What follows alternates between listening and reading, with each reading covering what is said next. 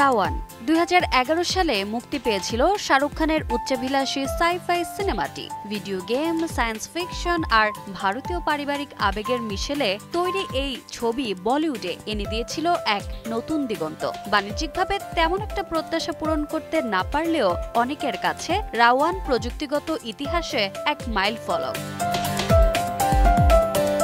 প্রতি বছরের মতোই 60তম জন্মদিনে ভক্তদের সঙ্গে দেখা করেন বলিউড বাদশা। সেই বিশেষ দিনেই ফিরে এলো রাওয়ানের কথা। কিং জানান, সেই সিনেমার স্মৃতি এখনো ভীষণ আপন। তখনকার দিনে এমন পরিসরে প্রযুক্তি ব্যবহার করা ছিল ভীষণ কঠিন, কিন্তু তিনি চেয়েছিলেন হিন্দি সিনেমাকে এক নতুন দিগন্তে নিয়ে যেতে।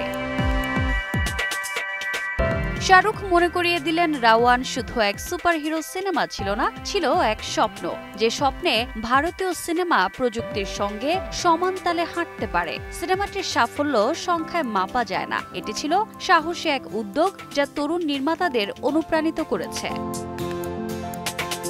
শাহরুখের এমন মন্তব্যে উঠে এসেছে একটি প্রশ্ন, তবে কি আবারও ফিরতে যাচ্ছে রাওয়ান? বাদশার জবাব, সময়টা যদি অনুকূল হয় আর পরিচালক অনুভব সিনহা নতুন গল্প নিয়ে আসতে চান, তবে জিওয়ান চরিত্রে ফের দেখা যেতে পারে তাকে।